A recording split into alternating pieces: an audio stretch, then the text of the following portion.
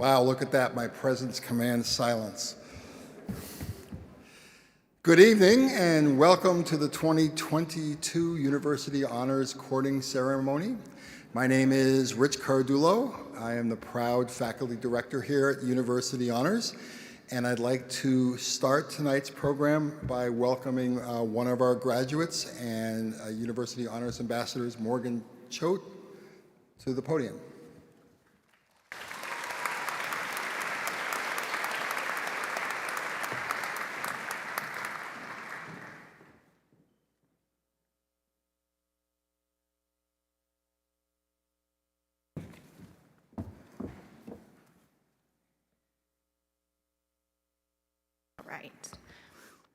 So we at UCR and University Honors would like to respectfully acknowledge and recognize our responsibility to the original and current caretakers of this land, water, and air, the Cahuilla, Tongva, Luiseño, and Serrano peoples, and all of their ancestors and descendants, past, present, and future. Today, this meeting place is a home to many Indigenous peoples from all over the world, including UCR faculty, students, and staff.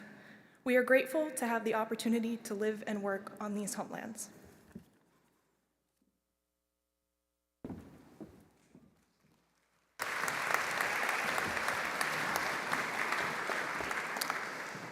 Thank you, Morgan. Wow, what a last couple of years. I've got to tell you, tonight is a night to celebrate. And I'm not going to dwell a lot on what's happened. Obviously, over the last few years, we all have our personal stories. I do want to start by just acknowledging a few things. Of course, the pandemic has affected most, if not all of us, in many different ways. World events, things like Black Lives Matter, Asian hate, the recent horrible shootings that we've seen around the country, all have to be acknowledged. Of course, the war in the Ukraine. This is a very challenging time for the entire planet, for all of us. And yet, I think there's a great deal of hope in our students and our graduates. And for me, I've gotten to know, of course, many of you. It's been a quite different experience over the last couple of years. But when the pandemic first hit in 2020, I still remember March 13th, as many of us do. And that was the day that the university, like many universities and colleges around the country, shut down. We were hoping at that point, of course, that it would only last a matter of weeks. But University Honors, like much of the campus, was ready.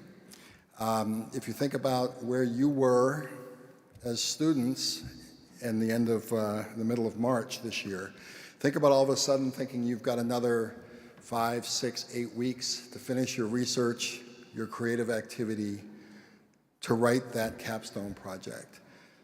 Then think about these students a couple of years ago where all of a sudden the rug was pulled out from under them. They couldn't come back on the campus, they couldn't finish.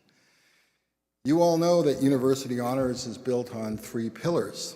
And the first 2 of those pillars are promoting innovation and creativity, and cultivating a culture of contribution. We saw both of those pillars in particular take force during the early days of the pandemic. Students had to scramble to find ways to learn online. Professors had to learn new technologies and learn how to engage their students online. People couldn't get together. Our counseling changed tremendously. And at that time, as the pandemic went on longer and longer, I kept thinking, oh my gosh, what's going to happen? We're going to lose honor students. They'd be fully justified to drop out. And yet they didn't. They didn't in the first year. Last year, when they went almost the entire year, they also didn't drop out, and we had a record number of honor students. And this year, when we were all hoping to come back in the beginning of the fall, and then we had to flex again. And yet this is the largest honors graduating class ever.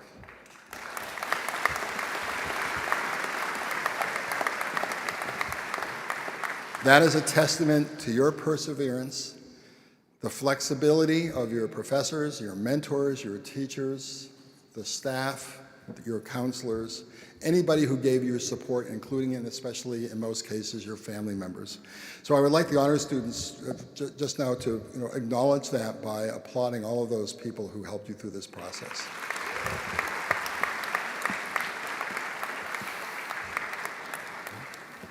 So again, tonight is a night of celebration. You've all achieved a great deal. You're all going to go on to do great things. I'm going to keep my remarks brief. In fact, that's kind of the end of them. So I'm going to start by introducing our Elizabeth Watkins, who is our Provost and Executive Vice Chancellor here. She arrived here in May of 2021, so like you, she first came to the campus during our interview. Everything was virtual. She came here, not having been on the campus or interacting. But she has been very effective in just her first year as Provost and Vice Chancellor. She was born and raised actually not too far from where I grew up on the East Coast, but being the East Coast, you don't have to be very far. We're still a state apart. She was born and raised in Rhode Island. I was raised in Massachusetts. She then moved north just a little bit to attend Harvard, where she earned her bachelor's in history and a PhD in the history of science. She then had a couple of career moves, staying in Cambridge and Concord, Massachusetts, ultimately going to Pittsburgh before coming to California in San Francisco in 2004. She's an expert on the histories of birth control, sex hormones, pharmaceuticals, stress, and aging, and she's authored numerous articles and books. And like I said, she came here from UC San Francisco, where she was most recently the Dean of the Graduate Division, the Vice Chancellor of Student Affairs, and a Professor of History of Health Sciences. And before that, she actually came to UCF to become the Director of Graduate Studies and resurrected master's and PhD programs in the history of health sciences on that campus. She has proven to be a real friend to all students on this campus and has been particularly prominent in supporting University Honors as a program that provides our students with outstanding opportunities. Please join me in welcoming Provost Elizabeth Watkins.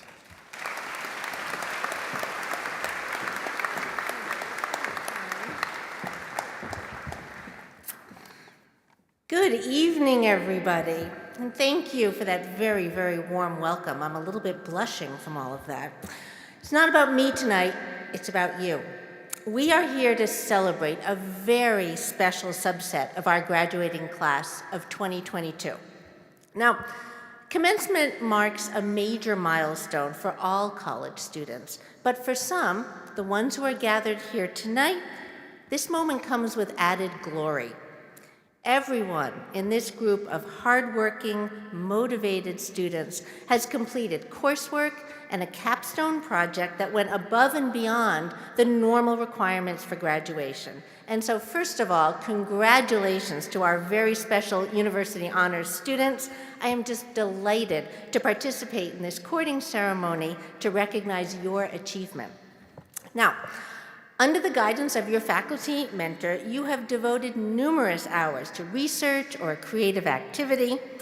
This relationship between you and your faculty member exemplifies the very best model of a higher education experience at a top R1 research university. And you've proven your ability to conduct research and scholarship at the highest level. So tonight, we celebrate not only your accomplishments, but also your active participation in this mentoring relationship. You've earned your honors, not only with your capstone research projects, but also by virtue of the mutual respect and trust garnered through shared effort in that scholarly mission.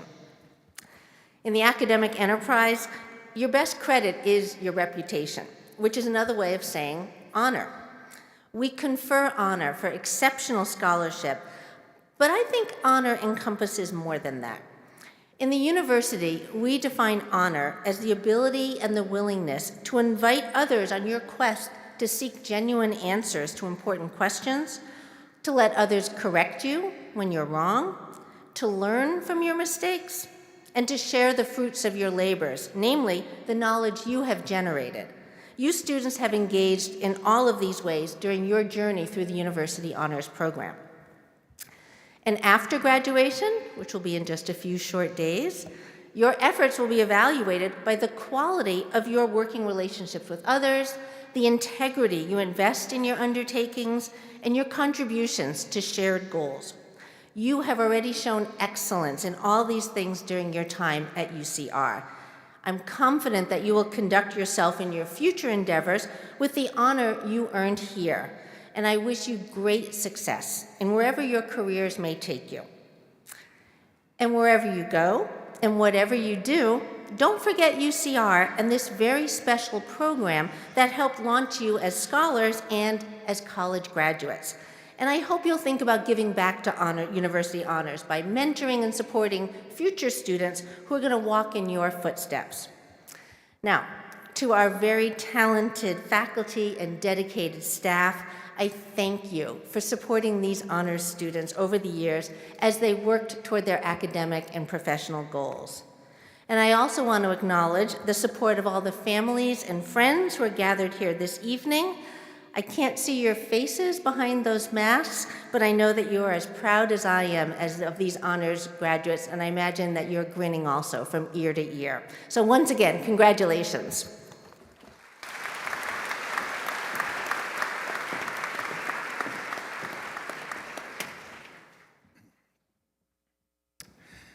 All right, so like I said, this is a night for celebration, and we want to recognize and celebrate a number of people.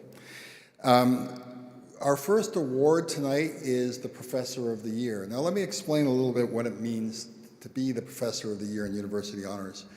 Perhaps one of my favorite jobs as the faculty director is to actually look for talent, right? For people who, basically can really teach at a high level to honor students at all levels.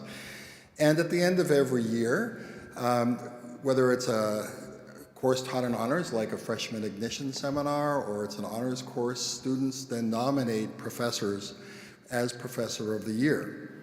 This year's Professor of the Year is Kim Dion, who is a professor of political science. And so, Kim, if you can please come to the...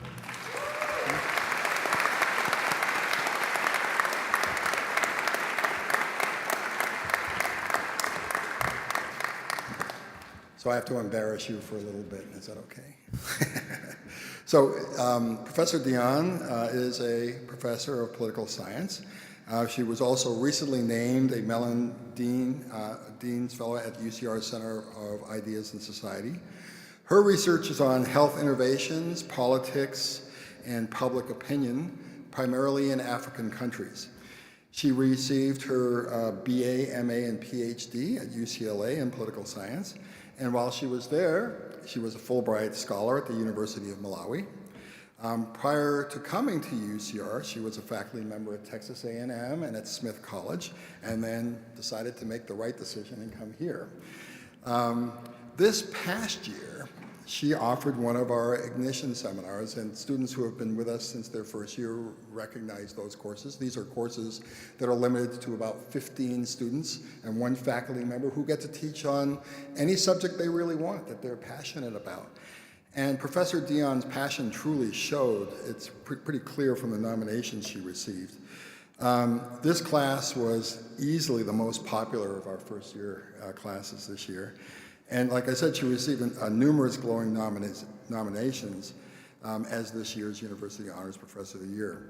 So for instance, some of those comments, said, Professor Dion not only encompasses the values that University Honors upholds, but exceeds them. She goes above and beyond for students by offering research opportunities and advice for all students who come to her. During her ignition seminar this past fall quarter, I was able to learn so much more about the field of public health and even epidemiology. As a first year, my horizons have enabled me to realize passions for public health, and I could not have done this without the opportunities and lessons learned under Professor Dion. So Professor Dion is clearly an exemplary professor in University Honors. It's my privilege to recognize you as this year's University Honors Professor of the Year.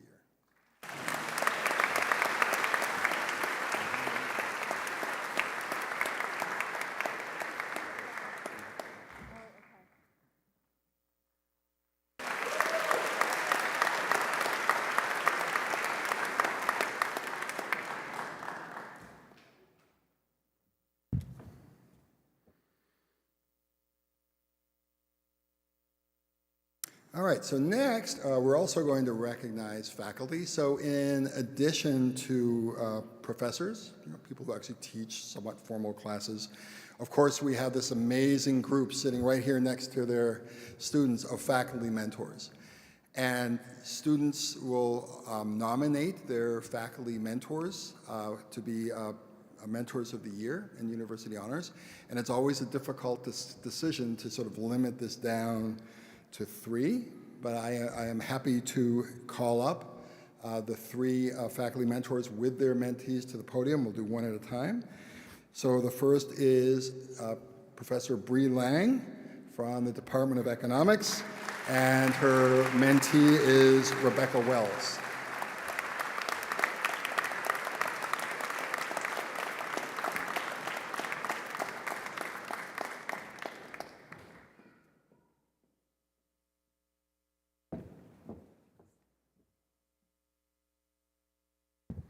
I am honored to have had Dr. Bree Lang as my faculty mentor. She truly made herself available in guiding me through not just my capstone project, but also my academic and professional life. This project required me to stretch beyond my initial capacity in what I had previously learned, and I knew that Dr. Lang was a foundation on which I could rely to get through. Her knowledge and enthusiasm for economics was readily apparent, and she made recommendations for courses and job positions that, despite being a challenge, would open up the field of professional opportunity in my career and allow me to excel. Working with her has been incredibly rewarding and has inspired confidence in my future professionalism. Dr. Bree Lang is a well-deserving recipient of the Faculty Mentor of the Year Award. Thank you so much.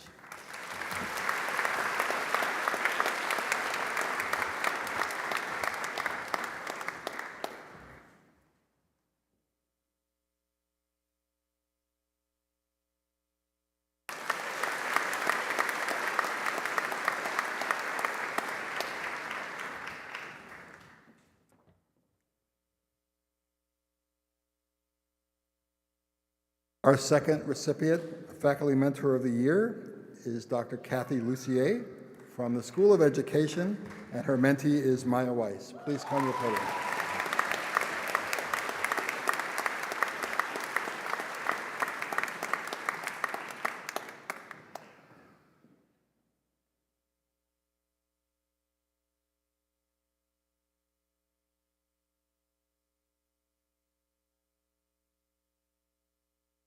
Every student at UCR should have the privilege of learning from Dr. Lucier.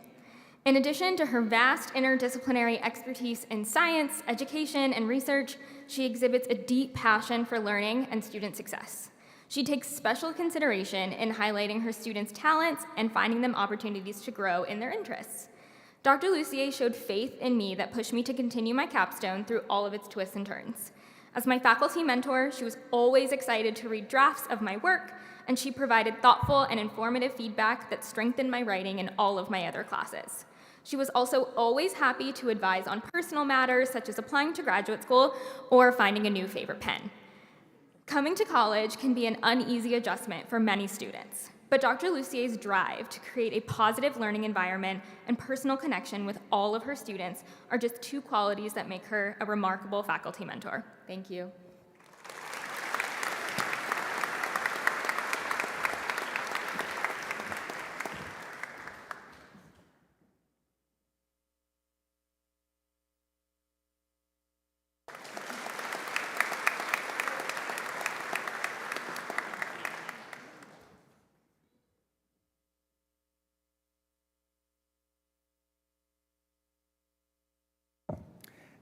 And our final recipient for Faculty Mentor of the Year is Dr. Naoki Yamanaka from the Department of Entomology, and his mentee, Gabrielle Musa.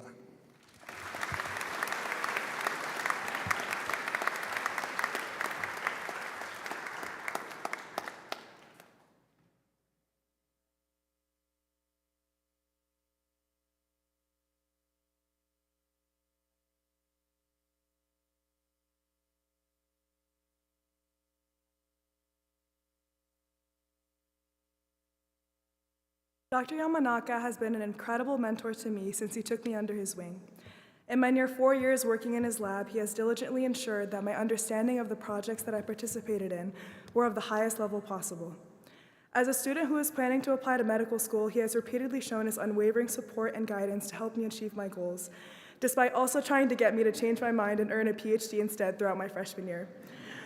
When the pandemic occurred, my mentor did not miss a beat and gave me opportunities to use my interests in a different capacity, having me learn how to develop phylogenetic trees and complete other personal research remotely.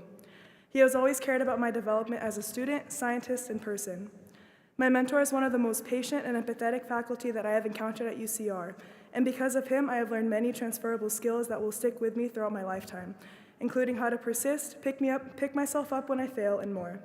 I cannot thank him enough for everything that he has done for me throughout my undergraduate career. To me, he has been my mentor of the year since I was a freshman just joining his lab. So congratulations to Dr. Yamanaka.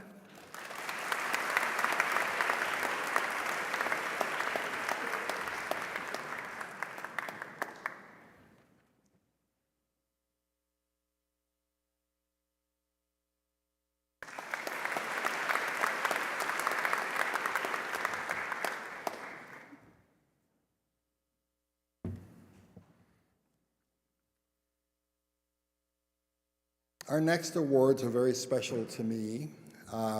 Students who have been through honors know that some of our most talented teachers, in addition to our amazing professors, are our teaching assistants. And I have to say that as faculty director, I am truly fortunate. I really do get some of the best teaching assistants. They tend to be more senior, close to getting their PhDs, and they are true colleagues, and we work together in designing our courses. Sometimes we have meetings that last a few hours. But this year we have two outstanding teaching assistants. The first, Nancy Carranza, is just finishing her PhD in English. She can't be with us tonight, unfortunately, because she's teaching in her new position at Loyola Marymount University. Right? And this is very typical of our teaching assistants. They go on to really wonderful positions. But I just want to say that Nancy, who came to teach in Honors 2W, with those of you who are sophomores with us, remember this is our writing course. This is our civic engagement course, and the theme changes every year. This past year, the theme was environmental racism. And all of the teaching assistants really took this on, utilizing the books that we used, the materials that we used, great discussions. Of course, it's a writing course, so there's major papers, concluding in a sort of a major term paper, thesis paper. But Nancy was not just behind the writing, being an English major. She was a former high school English teacher for 8 years before she came back to join the PhD program. She was deeply committed to the students. Just a really rare talent, and I'm really honored to acknowledge her, and I will make sure she gets this award. So even though she's not here, we're being recorded.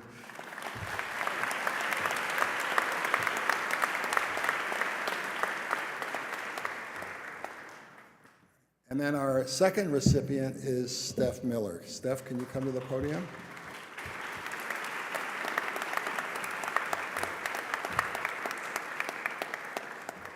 Now, you students, I'd be surprised if many of you, if not most of you, know Steph, because Steph has taught for us for a number of years. Steph is truly an inspiration to me and to the program.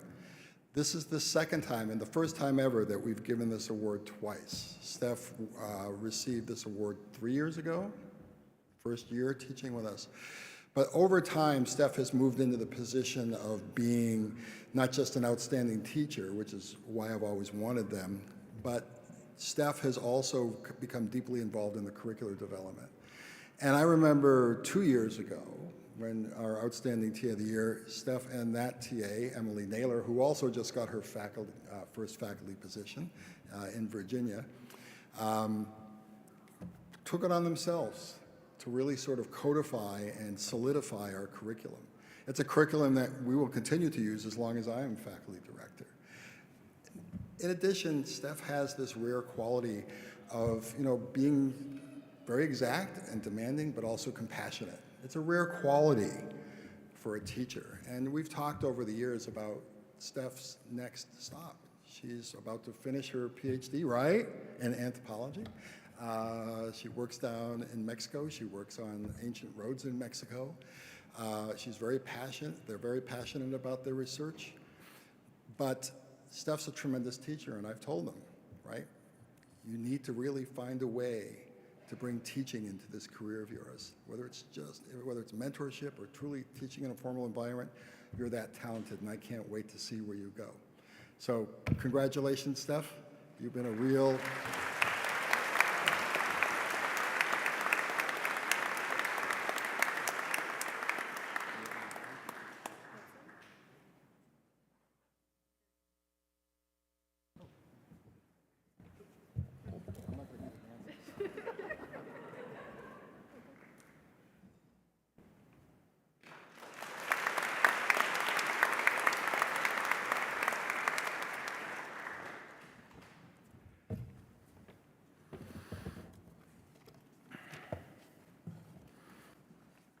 Okay.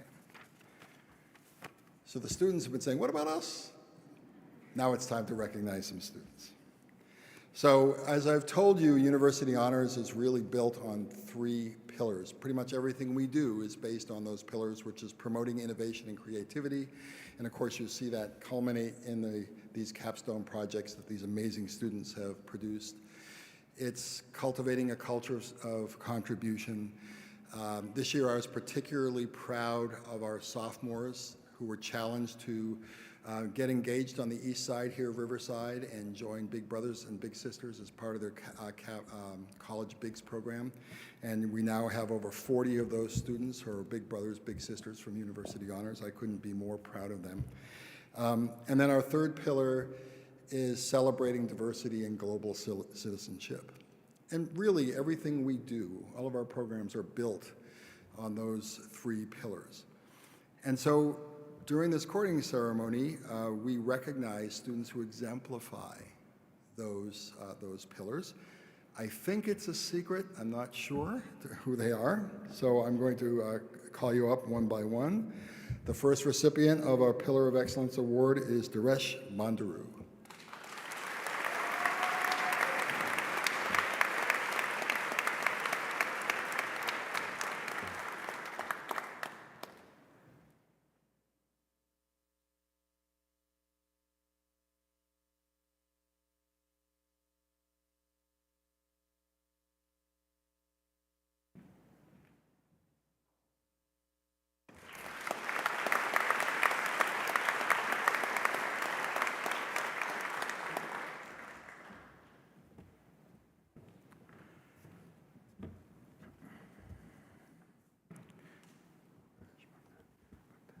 Our second recipient is Parash Bukta.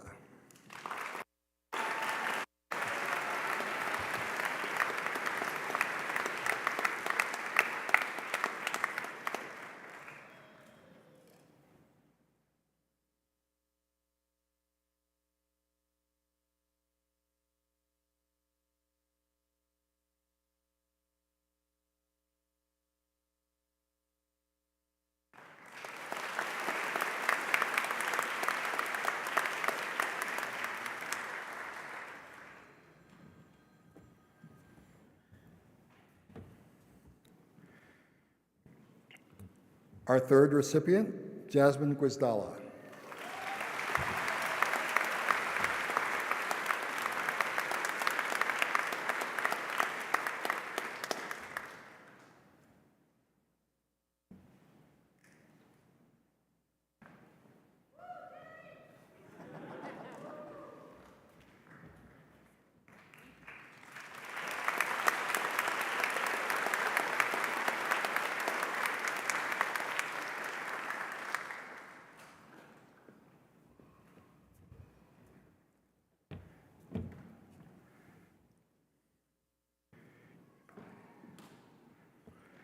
And our fourth recipient is Maya Ebel Aydin.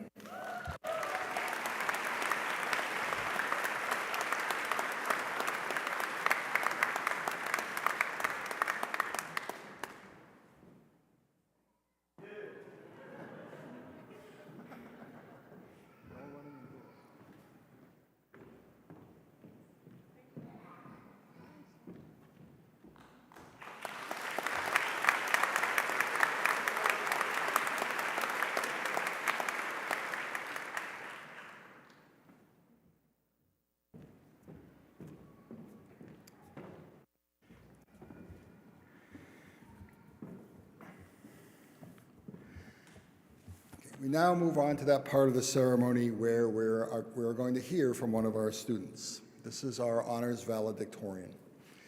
Now, you might wonder, how in a program like University Honors do you possibly select the valedictorian? Clearly, you're not going to use something like GPA. These students are all excellent in classes, right? They've all achieved wonderful things. And so there is actually a competition for the valedictorian, and it's the person is judged based on the quality of that potential speech, that application, as well as other qualities that we know about this particular student. It's often a difficult job, but they never disappoint. Right? We always get something inspirational from these students.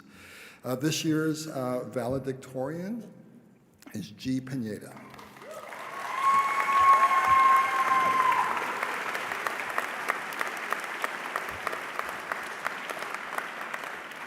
So G is a gender and sexuality major, and not only are they an outstanding student, but their level of scholarship, in my experience, is truly remarkable. Just before this celebration, I was able to meet G's family and their 4 brothers back there and their mother. I know you're very proud of G, as we all are. In addition to being a University Honors student, G is also a Mellon Mays Fellow. They're also a peer mentor for the campus's LGBTQ Center.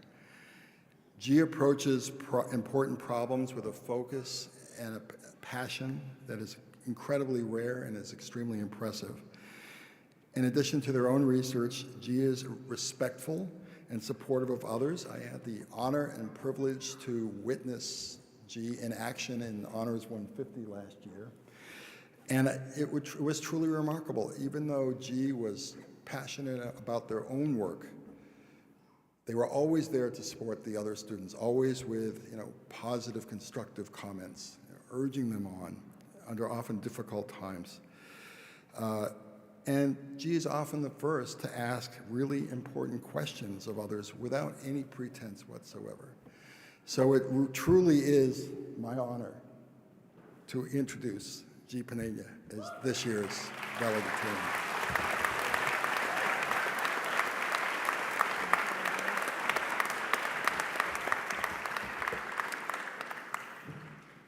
I'm gonna leave it right here because I don't know if I can take it off my nails, but yeah. Hello, beautiful people. I know I'm just a little overdressed today, but that's okay because I stay picture ready. Mom, get my good side, please. Thank you. Although I was introduced as G, my drag name and the person you see before you today is Monse Bodesia, and I use they, she, he pronouns. Today I have the splendid opportunity to share some wisdom and kindness with not only my graduating class, but with their friends, families, and the staff and faculty of University Honors. I'm beyond grateful to speak at this event as not only a valedictorian, but also while being in full drag. For myself, my scholarship and my personhood manifest not only within my research, but within the art I do. I mean, this is, you get into it, okay? But that's enough about me. I think it's important that we should acknowledge that my graduating class not only survived college-level rigorous work, many of whom, like myself, did as first-generation students, but they also survived the many plagues our world had to see these past few years. From the murder of George Floyd to recent struggles over one's bodily autonomy, we all survived the pandemic. A pandemic where racism against Asian and Black communities were at a rise, and when COVID is still targeting and keeps targeting our most marginalized and immunocompromised populations. However, while these soon-to-be graduates face extraordinary challenges and unprecedented circumstances, we continue to remain resilient. Many of us didn't just complete our honors requirements, but we completed it well. I want to take a second for my graduating peers to breathe in your essence, because your presence is powerful and moving, not only for myself, but the people surrounding us today. These are the people who are able to make our accomplishments possible in reality. Those are our chosen and our given families, whom I thank for being here today. I would like to lead a collective applause for not just my graduating peers, but for everybody in this room.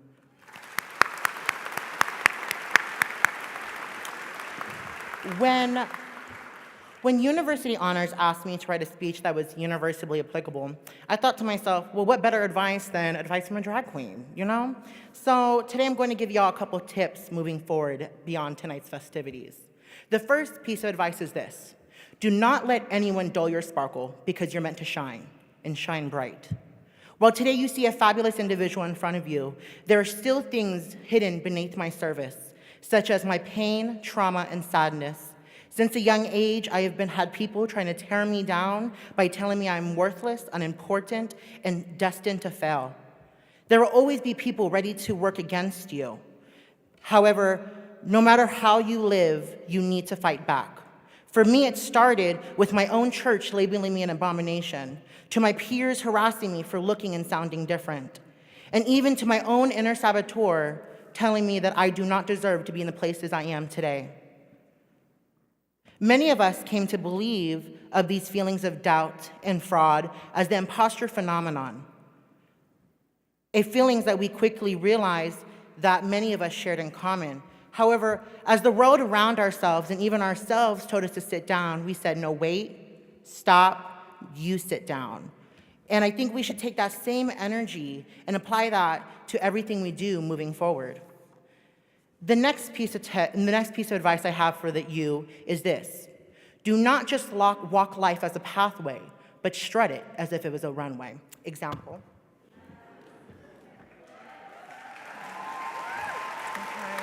Okay.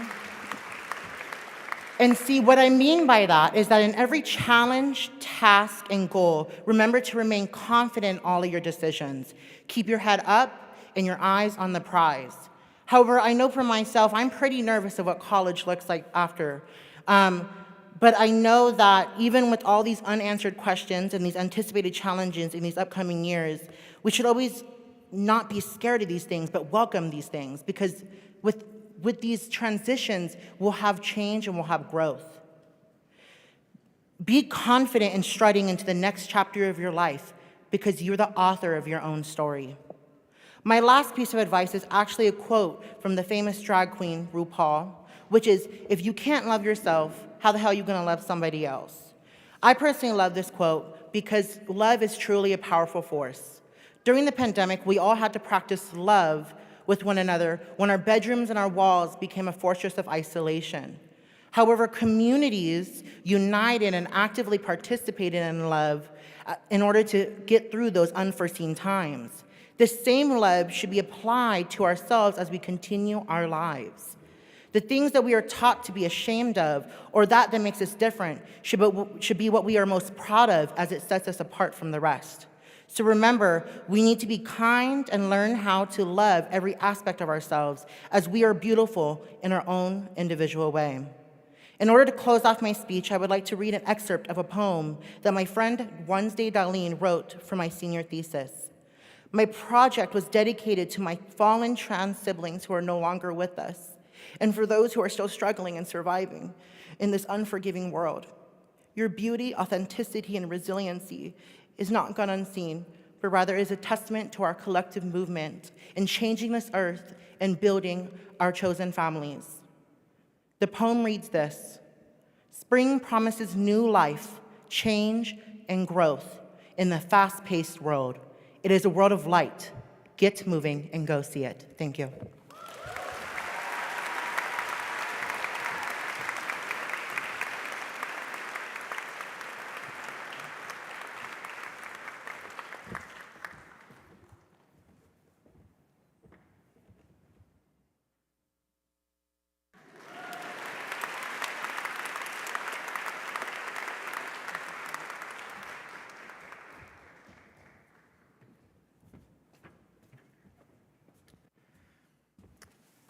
And I forgot to mention that G was just recently chosen to be in Phi Beta Kappa, the nation's premier honors.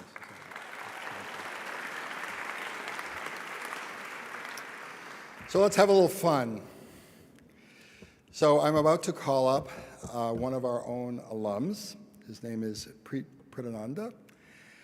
He is a UCR University Honors graduate and also a member of Phi Beta Kappa from the 2018 class with a bachelor's degree in economics. Immediately after graduation, he traveled to Baltimore, where he enrolled in Johns Hopkins University Advanced Academic Programs, earning a Master's of Science in Applied Economics, which he received in 2020. And then he returned to UCR right after that to enroll in the PhD program here in economics. So as you can see, Pete's already extremely accomplished, but that's not why we brought him here. As part of the courting ceremony, we always weave in some kind of an entertainment piece just before the actual courting ceremony. For the past 2 years during the pandemic, we were extremely fortunate to work with the music department here at UCR and have the chamber singers provide us with music as sort of an interlude, and also the jazz ensembles to accompany parts of that ceremony. And they were really terrific what they were able to do in a short period of time. But now we're back in person. And you know, as far as I know, Pete doesn't sing or play an instrument that I know of. He doesn't dance. He doesn't recite poetry. No, Pete's a professional magician. He specializes in a number of things like parlor tricks, and he's actually performed at the Magic Castle in Los Angeles. So he's quite accomplished. So he's going to provide us with some entertainment in terms of some magic. He's promised me that he's not going to make the Provost disappear. So, please join me in welcoming our alumnus, Pete Pritananda. Professor.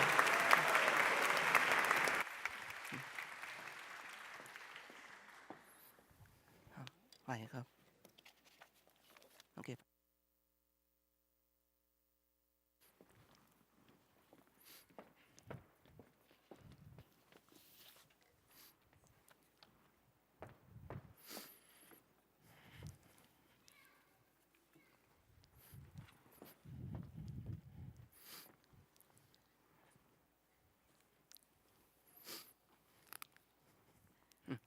Hello, everyone. How's everyone doing tonight? Yes. So thank you very much to Professor Cadulo and to everyone, to all of my professors, friends, and family. I'm very honored to be back here performing on this stage. And here's my very special assistant. Her name is Nongke, so please join me in giving her a warm welcome. So I'm really proud to be an alumni of Honors Program, because through this program, I participated in activities in my first internship in Washington, D.C., and also through performing through my capstone project. I have learned a lot. So before I joined the Honors Program, I was just a caterpillar. But now, after I joined the Honors Program, I slowly became a butterfly.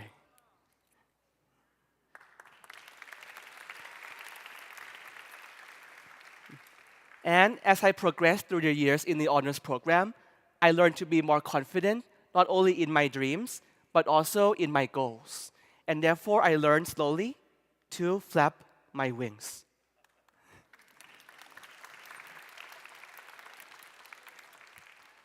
And when I learned to flap my wings, I learned to believe that anything is possible.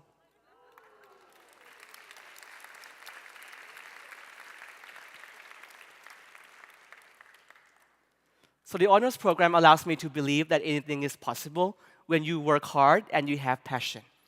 So now, after the Honors Program, I got a chance to attend my master's degree in applied economics in Washington, D.C. And being in Washington, D.C. has allowed my dreams to really expand. So through my journey in my master's degree in economics, I learned that with any dream in life, the sky is the limit. You have to think outside the box and allow your dream to fly freely.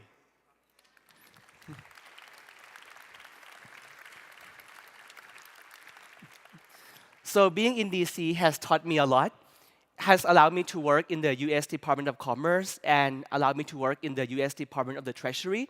And most of all, doing my master's in DC has influenced me to become a PhD in economics today. So we're going to try something fun. So can I have one person to help me from the audience? Anyone? Yes, yes, please. Please join me in welcoming her on stage. Please give her a big round of applause.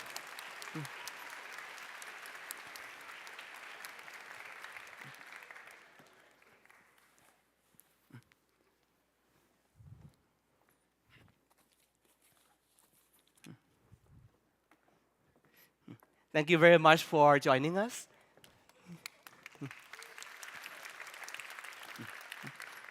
And what is your name? Maria. I'm Pete. Nice to meet you. And Nong Kể. So please join me in one more time welcoming her to the stage. So now we're going to try something using this playing cards with the names of various animals written on it.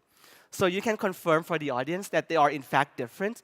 We have a snake, a pigeon, a lion, a deer, tiger, unicorn. I mean, any kind of animal is possible.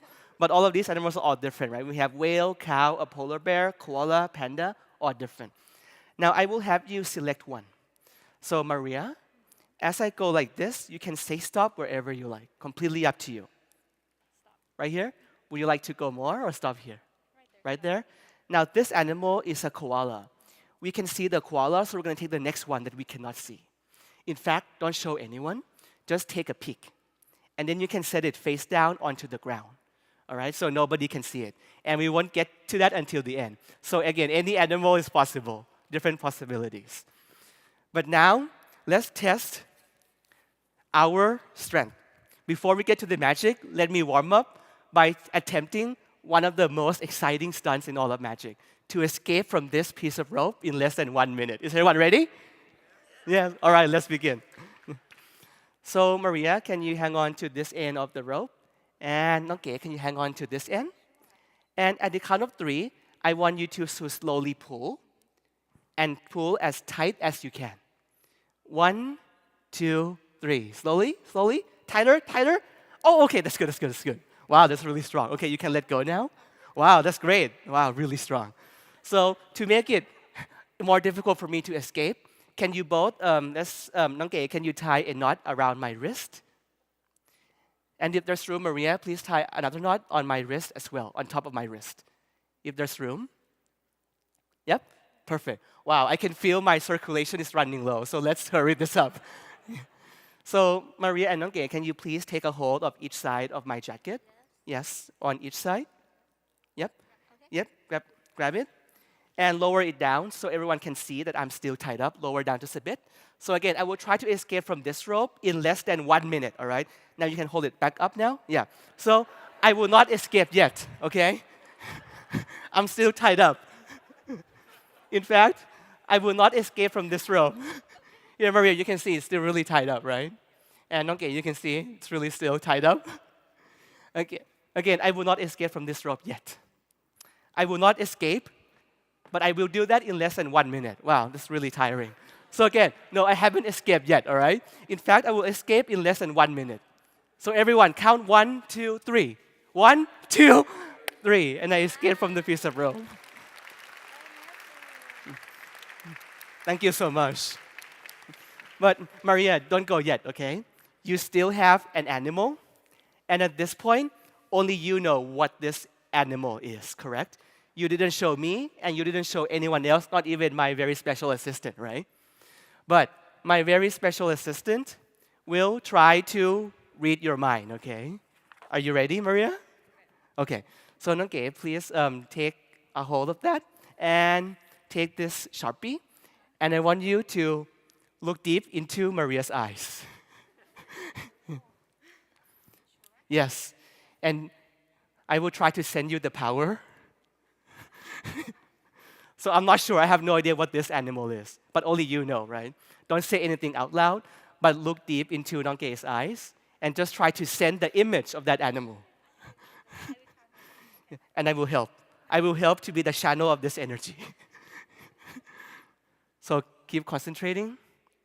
Think about what this animal looks like, how big it is, the shape, the length, the color. Oh, okay, you're finished? Okay. Wow, that's great. Don't show anyone yet, all right? Maria, for the first time, can you please name the animal that you are thinking of?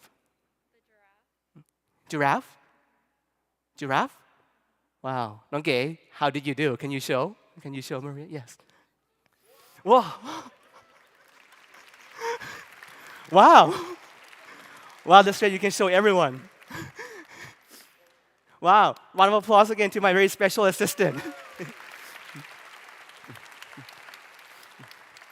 Thank you. But Maria, that's not all. Because before we came here today, I have a feeling of what animal you might select. In fact, that feeling is so strong that I drew the animal on another piece of drawing paper. In fact, this is the animal that I drew earlier, and you can tell me how well I did to drawing a giraffe. Right? That's the animal that I drew. I mean, no one is impressed, right? But of course, Nongke, my very special assistant, can read minds. But I'm a magician. I will do some magic to correct this problem. Can everyone concentrate?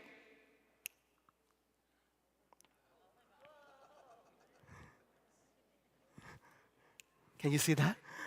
Wow! That's amazing. And in fact, take a look. You can have this as a souvenir. You can see that it's actually on the piece of paper. It doesn't come off or anything.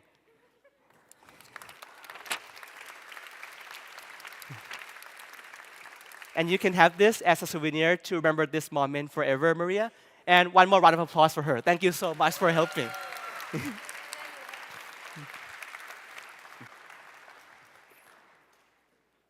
Okay. So now remember in the beginning that I told you about my dreams. So I got a chance to attend Johns Hopkins. Yeah. And the dreams, every dream is like a bubble. It's very fragile. But in fact, for every dream that are very fragile, you can always catch it. In fact, one of my dreams now has came true, to be back at UCR to continue my PhD in economics. Thank you so much. And thank you to my professors. And a special mention to one professor in the audience, Professor Bri Lang, for making my moment possible as well. Thank you, Professor.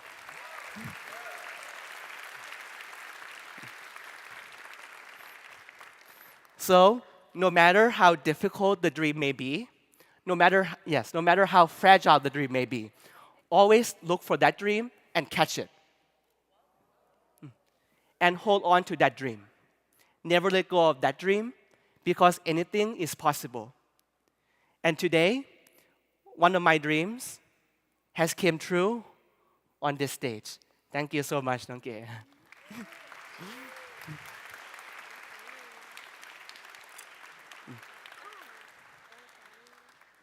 So remember, no matter how big or how large the dream may be, anything is possible. So always dream big. And always believe in the magic of believing in your dreams.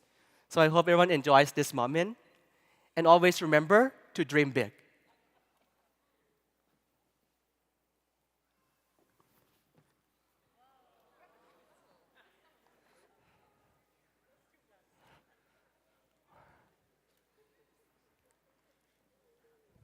Whew.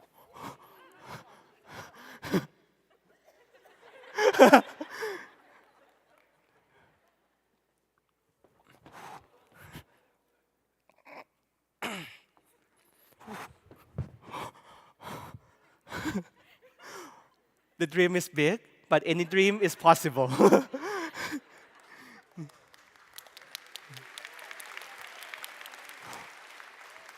The sky is the limit. Always believe in your dreams. Yeah? And always believe, always believe in magic. Thank you, everyone.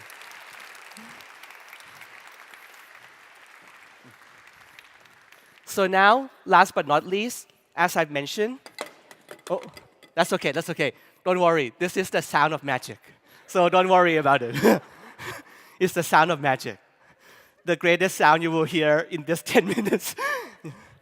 So, you know, a lot of memories that I've made are right here in this honors program.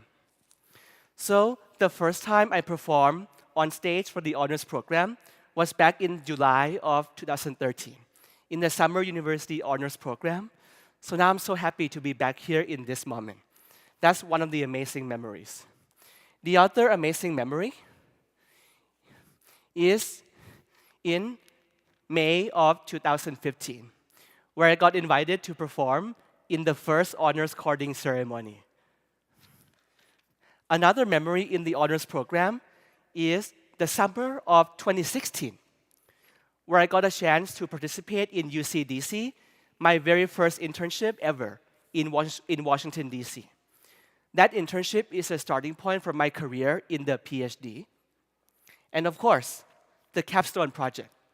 In that same year, I got a chance to work with my faculty mentor, Professor Dongwon Lee, on one of the projects that eventually would become something that I would pursue in my graduate career.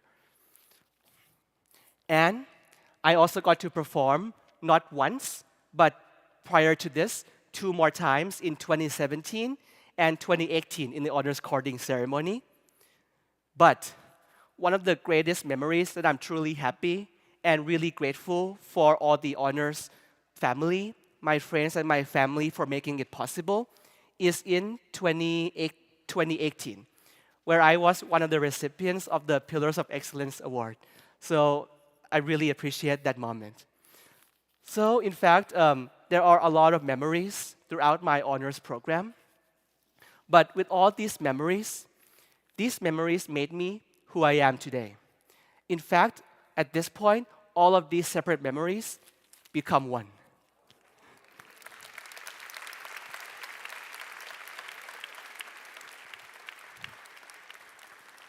And all of these separate memories allow me to always believe that anything is possible if you never give up and always follow your heart.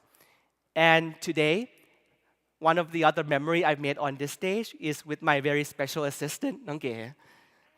And with all of you. Thank you so much, everyone, and congratulations and best wishes for your future. Thank you so much. Thank you. Thank you.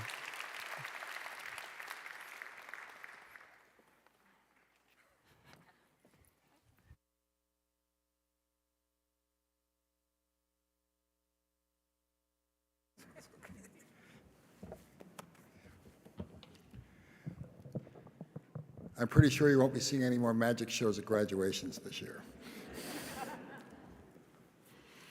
So our final presentation is from our journal that is now, I think, published its 14th edition this year. That journal is called Audiamus, which for those of you who don't know is Latin for "Let Us Dare." It has always been a student-run journal, and 4 or 5 years ago, the members decided to make it a national journal. And much of that time was under the expert guidance of Jane Kim, who's our assistant director at the time. And almost right away, that journal was recognized nationally by the college press for excellence in a number of different categories, taking home first place honors. One of the toughest things I had to do during the beginning of the pandemic was to freeze publication for a year. We simply didn't have students coming onto campus and we couldn't coordinate things. But one of the biggest joys was this last year we were able to bring it back. And it started with assembling an editorial board, and we found, I think, the absolute best editor-in-chief we could have hoped for, who's Samantha Park. And so Samantha is going to come up and tell you a little bit about the journal and what's in store for next year. Samantha, please come to the podium.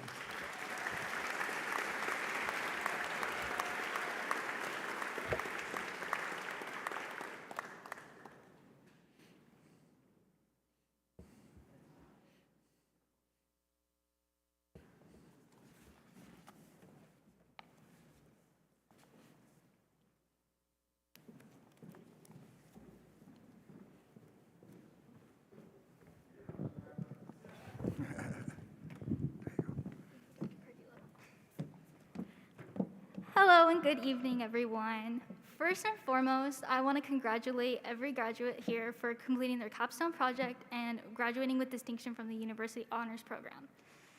I hope you all are really proud of this wonderful achievement. I know I am, and I'm so happy to finally be done and almost to graduation as well. And I hope that you all enjoy your future, whether that be going into a professional field or a full-time job. So, as Dr. Cordula already mentioned, Audiamus was on a year hiatus, and throughout this whole academic year, the Audiamus staff has worked tirelessly to produce a prestigious multidisciplinary journal, and I'm so excited to announce that Volume 15, which was centered around the theme of Bloom, will be published this weekend. I'm so grateful for the...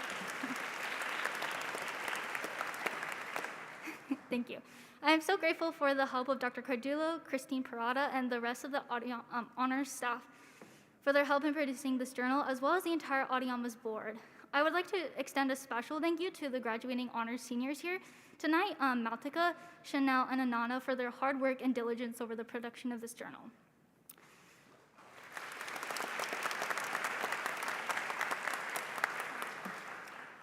Additionally, I have the pleasure of announcing that the 2022 to 2023 editor-in-chief will be Evelyn Human. Unfortunately, she could not be here today, but our team would like to extend the opportunity to all graduating seniors to submit your capstone projects, whether it be creative or research-based, to submit to next year's journal for consideration and publication. The submission portal will open in the fall, and next year's theme is centered around wonder.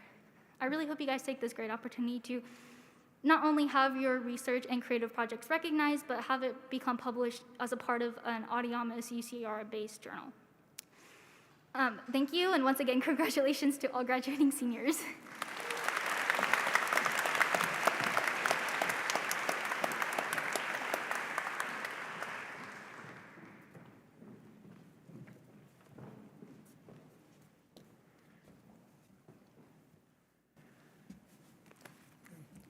Well, we've come to that time where we're going to recognize our graduating honors students through the courting ceremony. So I think LaToya and the ambassadors are going to coordinate the walking, and so you will be courted by your faculty mentor, and if your mentor is not here, then you will be courted by probably either Professor Dingwall or Professor Hughes, two of our faculty fellows. Okay?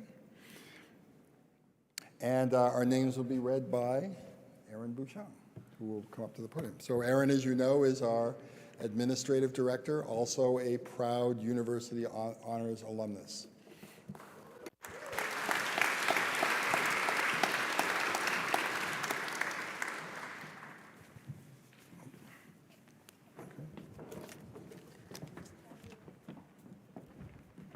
I'm honored to present to you the 2022 University Honors graduates.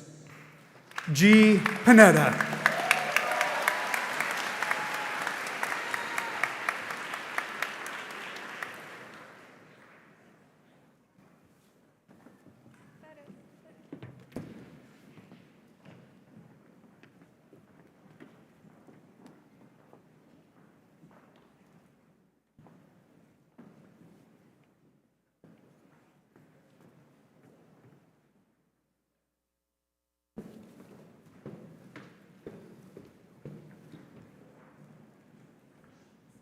Alyssa Fontaine.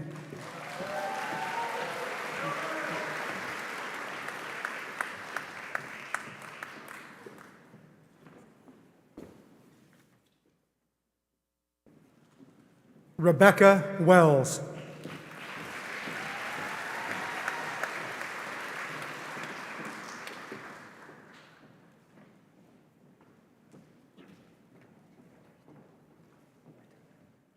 Crystal Adon.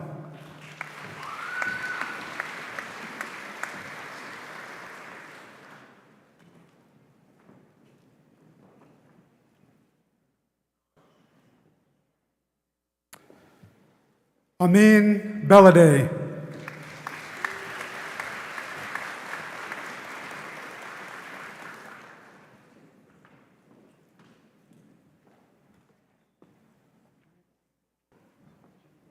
Tyler Coleman.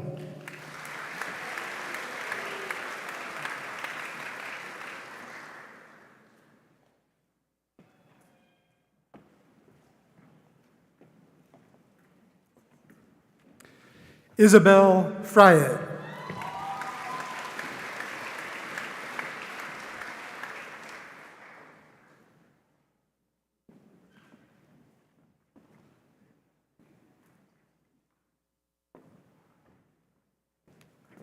Alexandra Graham.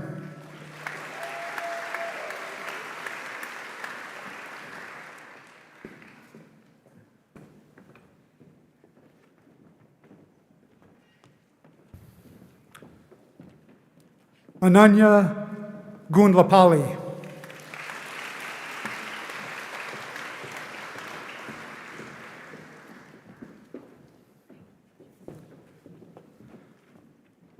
Kashmaila Ali.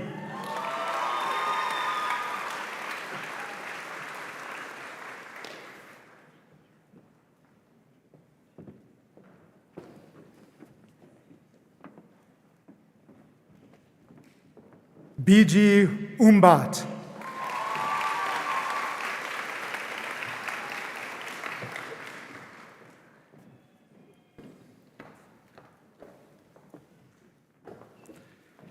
Stacy Bencomo.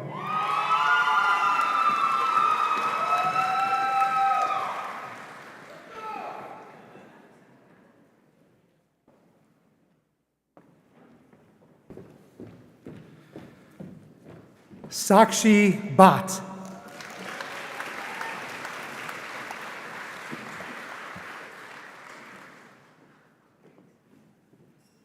Alyssa Luna.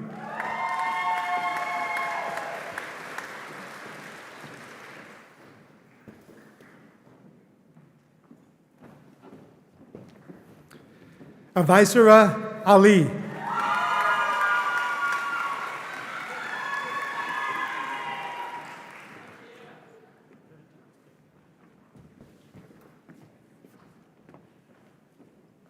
Maya Weiss.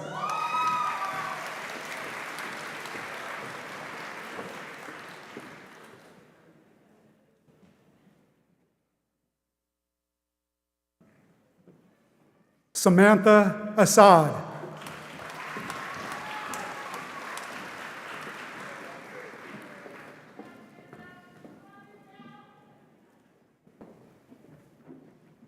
Camille Browning.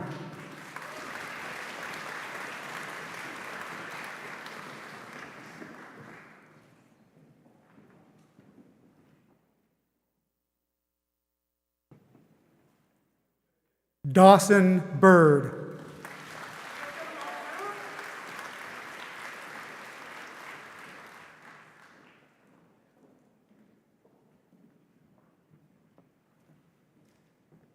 Nika Cheganazida.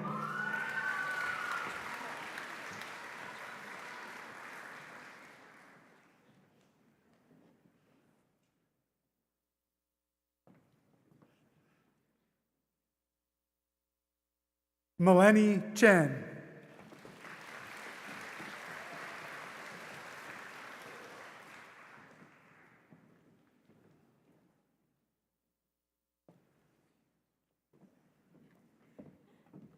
Andrew Cruz.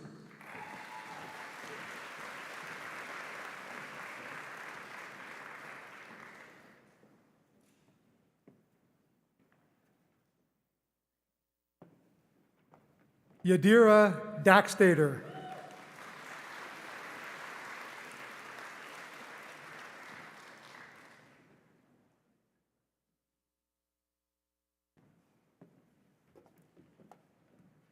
Amy Domai.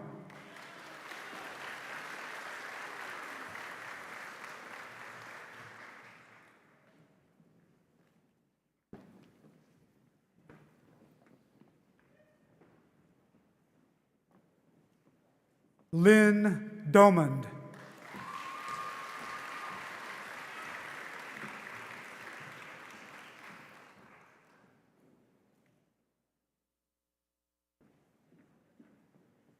Nina Huck.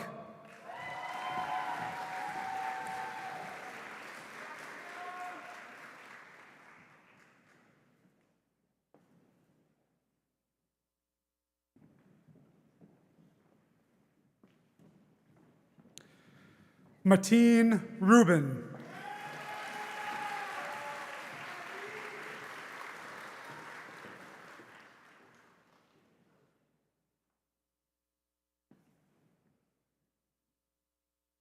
Maya Ibalaidin.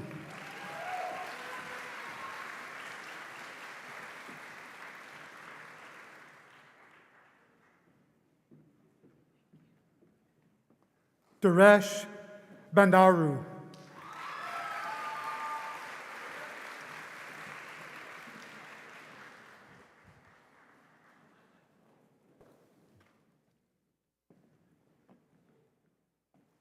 Gabrielle Musa.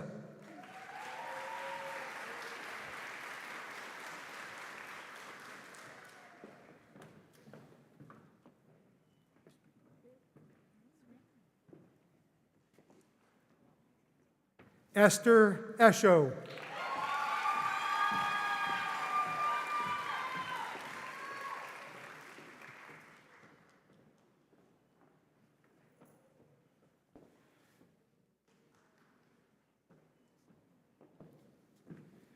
Heidi Dye.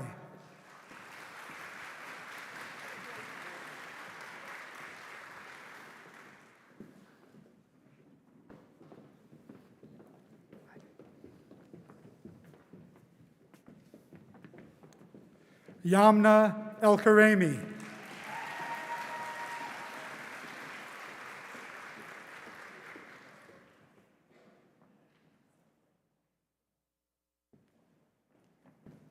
Catherine Haig.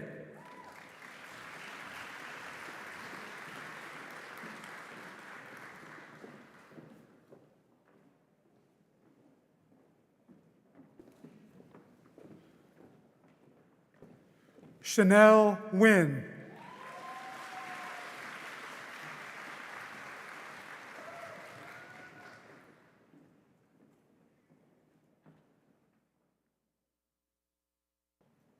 Wesley Cow.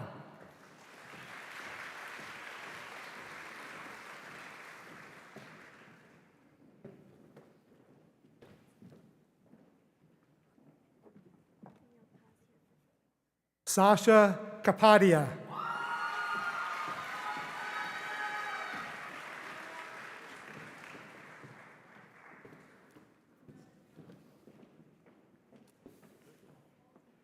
Courtney Murphy.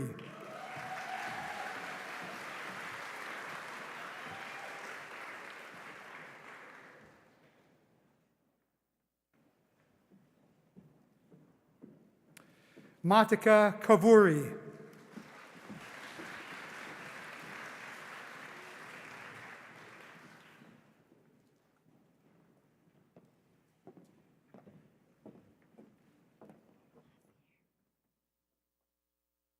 Rohan Kumar.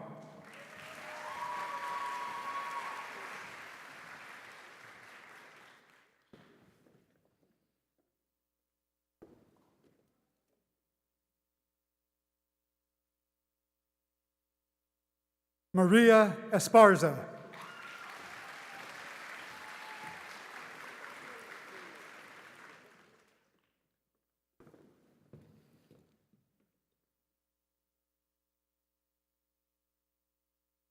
Paras Bhakta.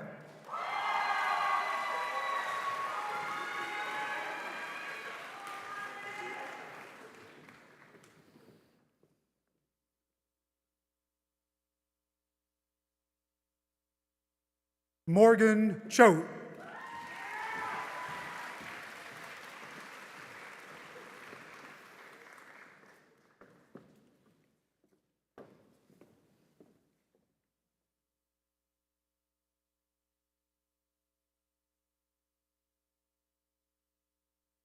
Isabel Swanson.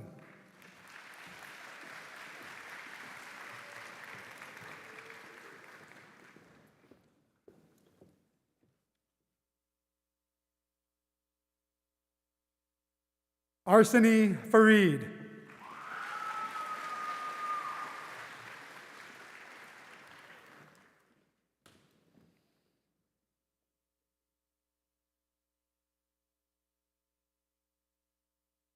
Haiti Kobisi.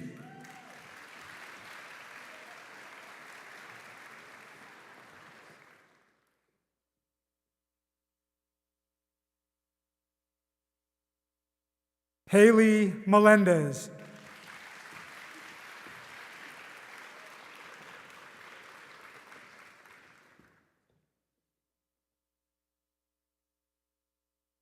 Zoe Warren.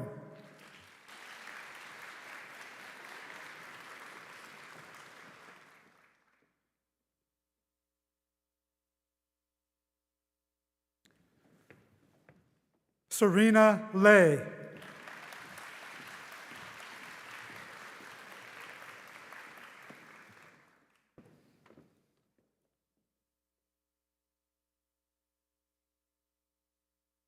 Gabriella Lua.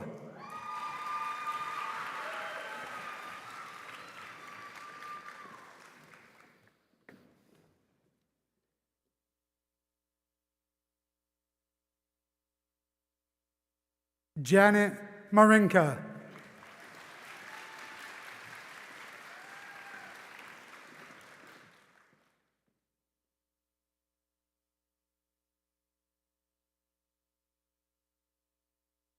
Selena Sanchez.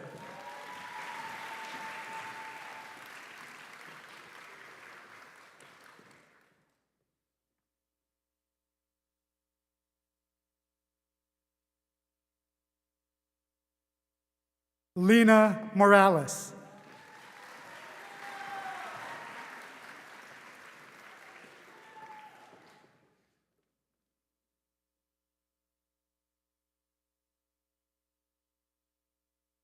Melissa Morfin.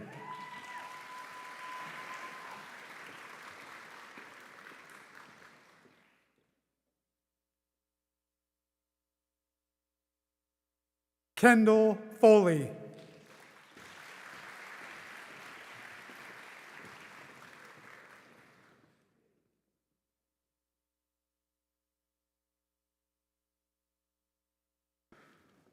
Oluwamayoa Adose.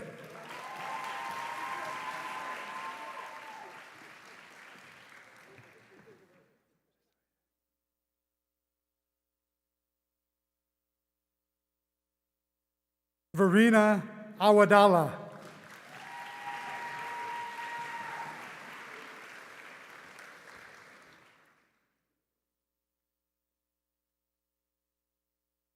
Jasmine Guazdala.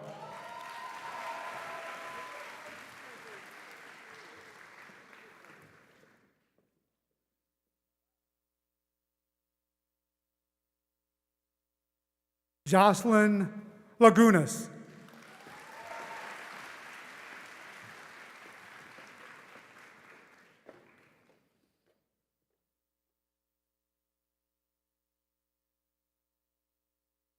Alexandra Orozco.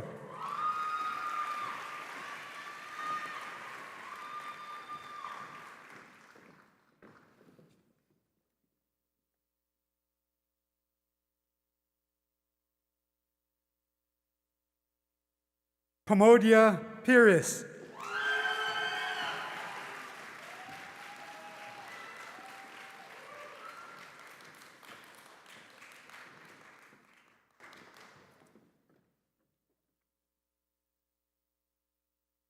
Lauren Postlewaite.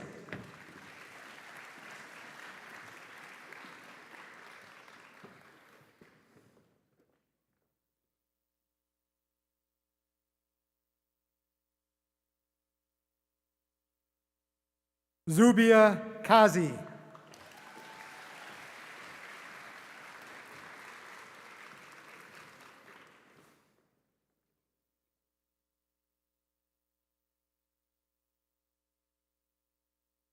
Mario Rangel.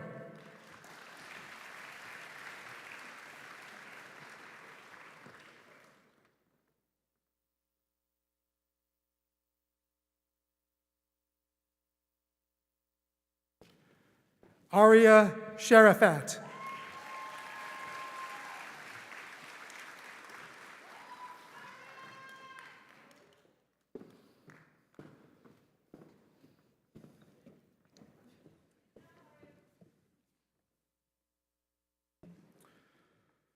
Chavi Shukla.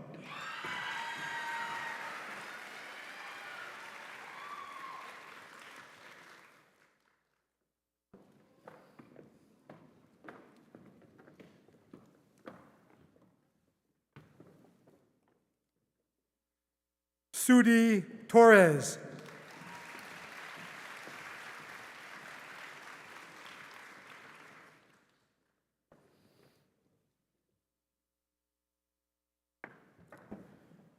Robert Vasquez.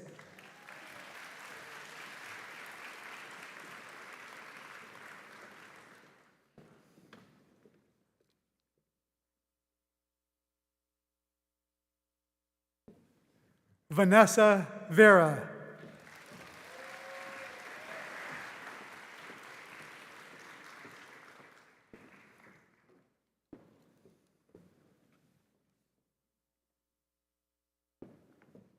Yanette Salmaron.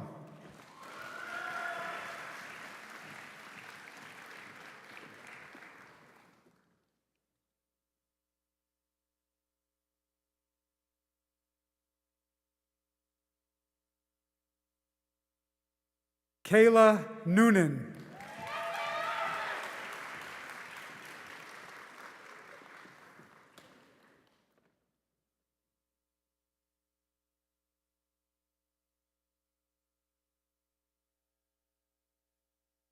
Shreya Agrawal.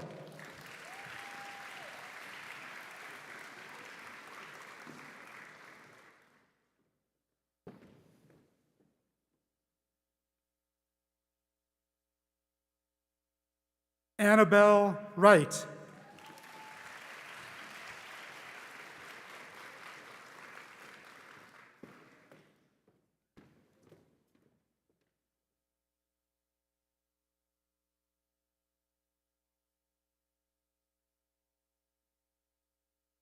Alexis Zeman.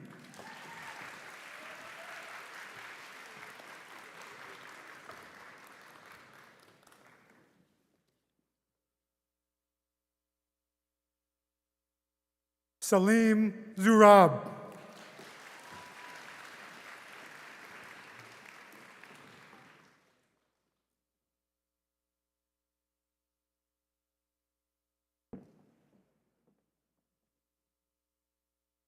Shani Han.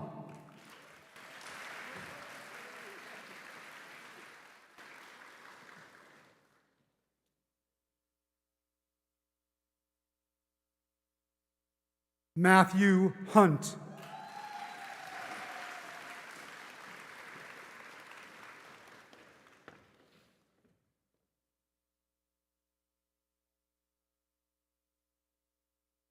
Hansa Cantor.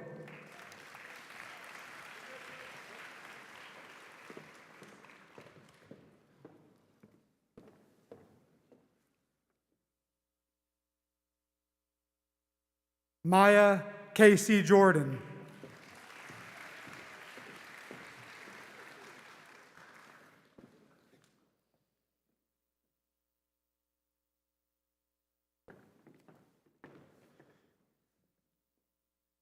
Megan Kukwa.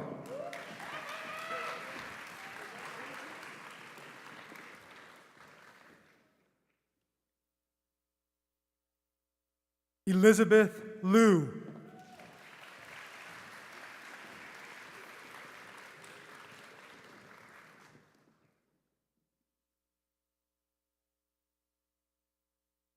Brianne Novacell.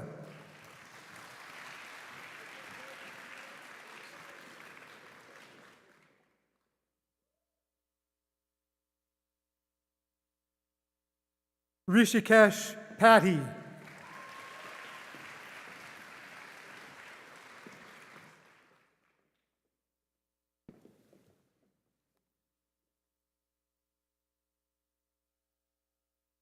Angeli Palike.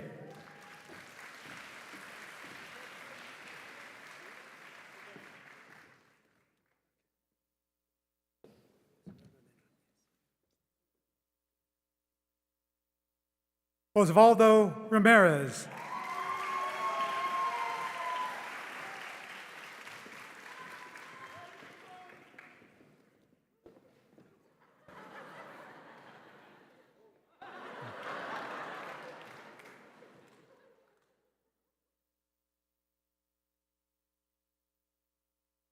Chloe Rockmus.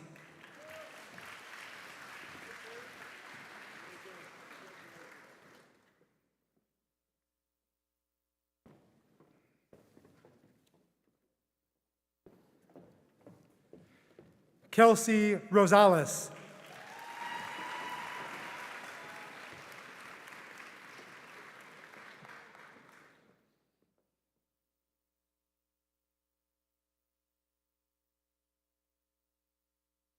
Zara Saeed.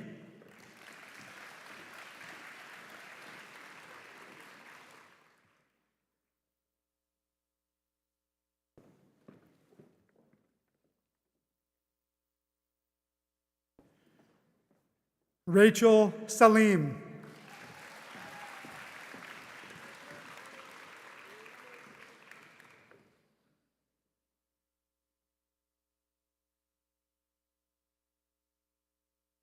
Lizette Sanchez.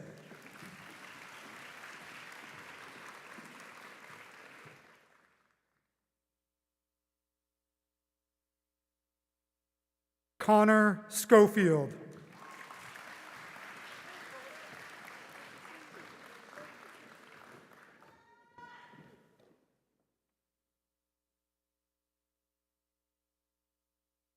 Preeti Sivakumar.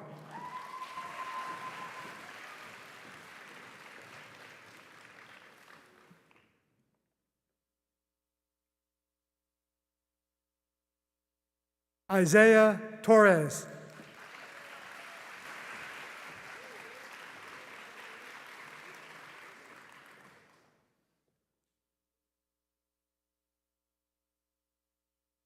Audrey Wilfong.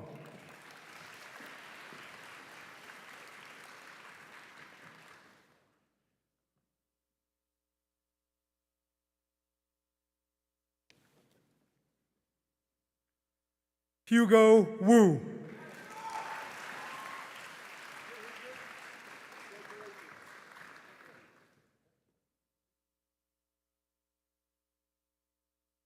Usman Hamid.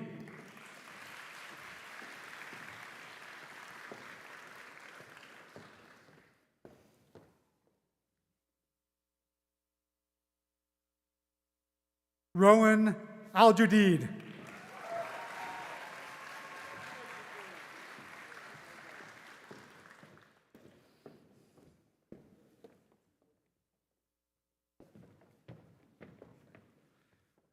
Sarah Arian.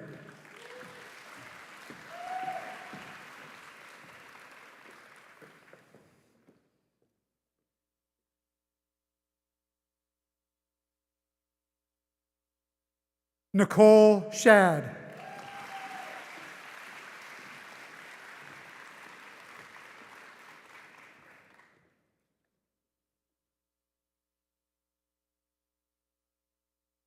Daphne Burnett.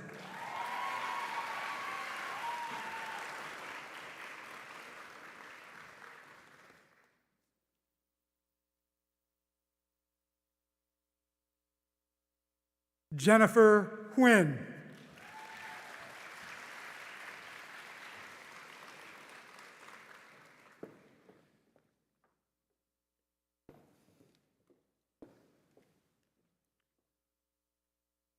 Gina Calderon.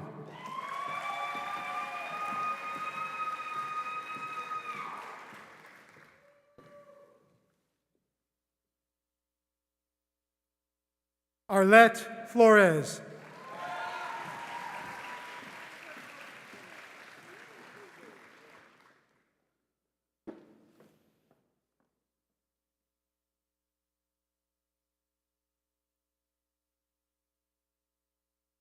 Megan Ginocchio.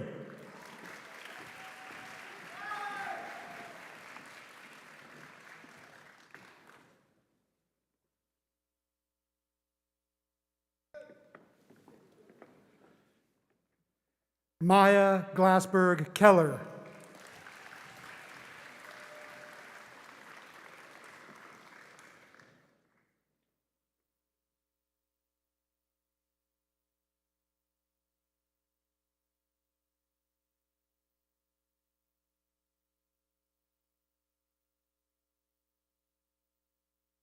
Melissa Hernandez.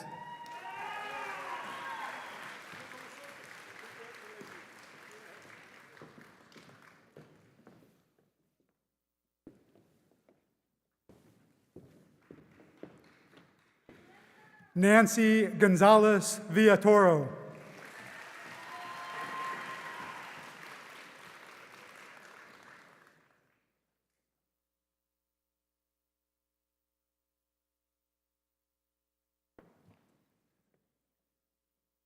Rachel Park.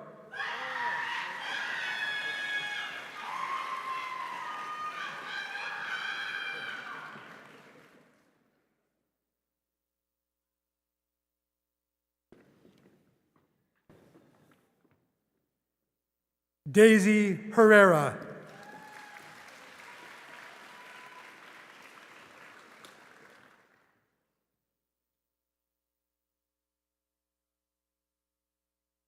Raymond Logan.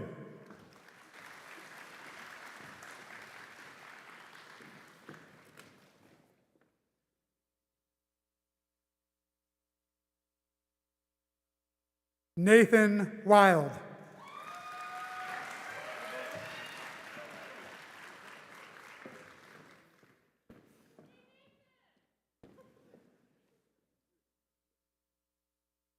Samantha Morales Torres.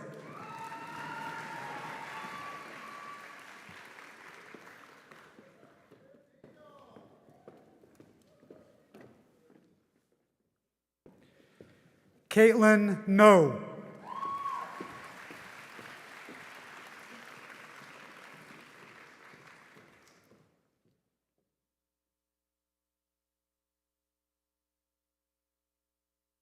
Jacqueline Nguyen.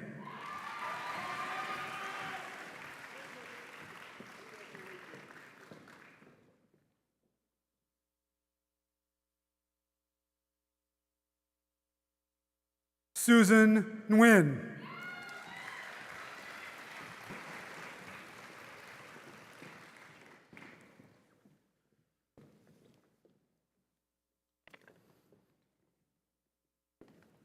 Samantha Park.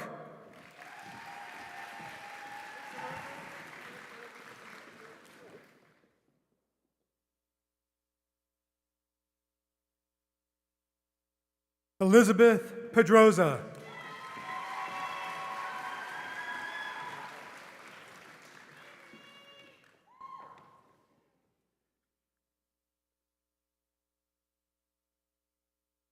Mayur Riali.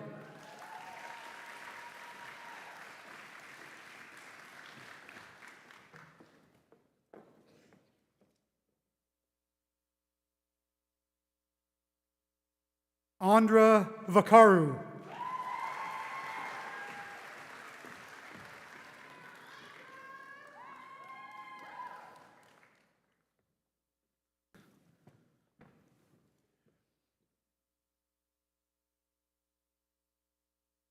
Raymond Velasquez.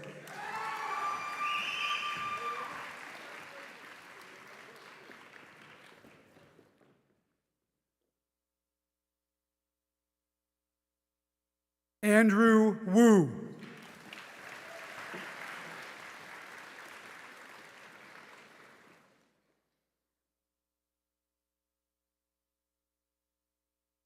This concludes the presentation of 2022 University Honors graduates. Please join me in congratulating them.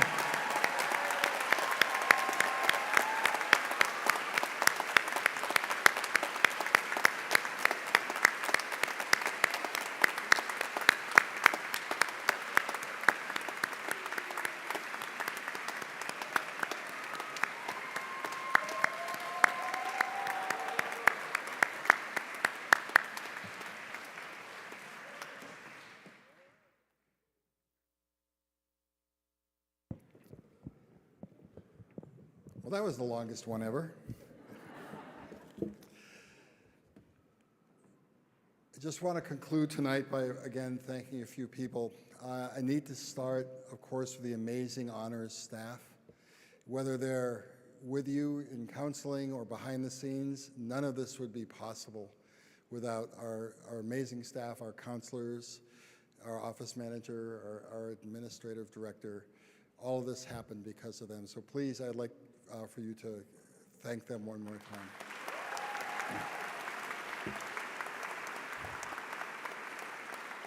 And then, of course, as you know, we have faculty fellows. Two are up on the stage, of course, Professor Dingwall and Professor Hughes. But I know I've seen a few others out there. Professor Seitz, can you stand up? There's Professor Seitz. Let's see, who else is out here? Professor Cocker here. Am I missing anybody else who's not here? Okay. What's that? Oh, where's Professor Eichler? Well, you can't. You can't hide. I also would like to thank, again, all of the other people behind the scenes, starting with, of course, your faculty mentors who are just obviously amazing. Thank you for committing to these students and sticking with them.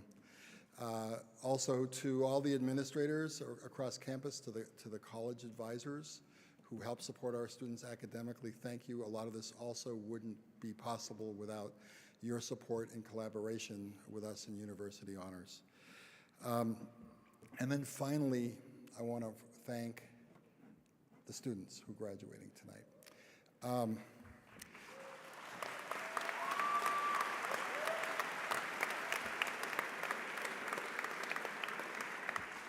You know, if you were with us for 4 years, if you came in freshman year, you know, of course, you know, as I said earlier, things got turned upside down. And many of you came in second year and were immediately plunged into our beast of a course, our HNPG 2W. A special thank you for those of you who came in third year, especially the transfer students. It was a totally unique environment. You spent most of your time not in classes. You could have left us, but you didn't. You persevered, and that shows an awful lot of character. All of you showed a lot of character, and I'm truly grateful. I am honored to have been the faculty director during your time here at UCR, so I just want to give a special thank you to all of you. And then finally, you know, you are an amazing institution. UC Riverside is truly a special place already. Honors is just one part of that, and I know you won't forget University Honors, and you won't forget UCR, so please keep in touch. We'll be in touch. We just formed our first alumni board this year. Maybe I'll invite Pete on there and he can make some real magic happen. But please stay in touch. Good luck. Enjoy your other graduations during this season. And congratulations, you're done.